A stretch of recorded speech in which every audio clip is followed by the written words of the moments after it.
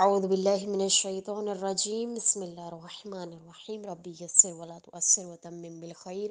السلام علیکم ورحمۃ اللہ وبرکاتہ۔ امید ہے تمام خیرن خیریت سے ہوں گی۔ جی خیرن، ہمارا روانگی امام حسین علیہ السلام کے حوالے سے کورس جو ہے وہ یہاں تک پہنچا تھا کہ ہم نے تمام جتنے بھی لوگوں نے امام حسین علیہ السلام کو روکا تھا، ہم ان کے بارے میں پڑھ رہے تھے۔ آج جو ہم ٹاپک پڑھنا ہے وہ ہے سفر عراق کی طرف آغاز۔ یعنی مولا کہ جب آغاز ہوا ہے اس سفر کی طرف تو کیا معاملہ تھا اس ٹائم، کیا جو وجوہات پیش آئی تھی، اس کو یہاں پہ ہم بات کریں گے اس کے حوالے سے۔ کہہ رہے ہیں کہ کوفہ میں حضرت مسلم بن عقیل 8 ذی الحج کو شہید ہوئے۔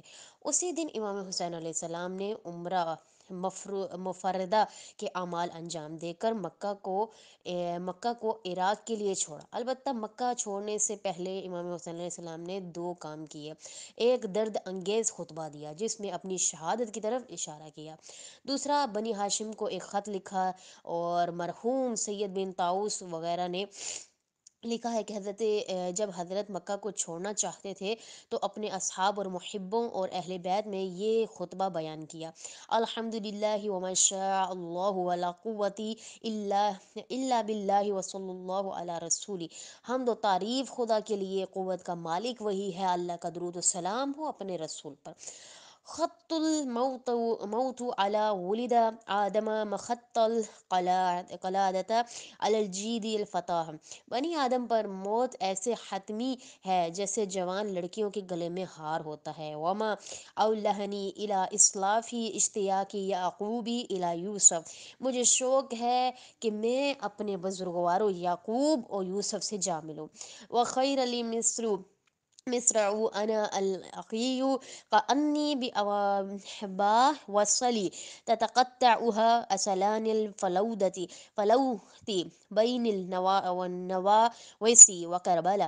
یعنی میرے لیے اس زمین کا انتخاب کیا گیا ہے جہاں میرا پیکر گرے گا، لہذا یعنی میرا خاندان جو ہے وہ یہاں پہ شہید ہوگا، لہذا مجھے وہاں پہنچنا ہے۔ اور میں گویا دیکھ رہا ہوں کہ صحرائی بھیڑیے میرے جسم کے ایک ایک بند کو جدا کر رہے ہیں اور میرے جسم کو نوچ رہے ہیں جو سرزمین نواویس اور کربلا کے درمیان ہے۔ لا محیص عن یوم خط بالقلم۔ اس مقرر دن سے کوئی فرار نہیں کر سکتا جو لوح محفوظ پر لکھا جا چکا ہے۔ رضا اللہ ورضانا اہل البیت۔ ہم اہل بیت علیہ السلام اللہ کی رضا پر مکمل طور پر راضی ہیں، رسول کی قرابت کا لحاظ رکھنے والے نہیں ہیں، حالانکہ رسول کی آنکھیں قریبوں سے ٹھنڈی ہوتی ہیں اور خدا ان سے وعدہ پورا کرتا ہے۔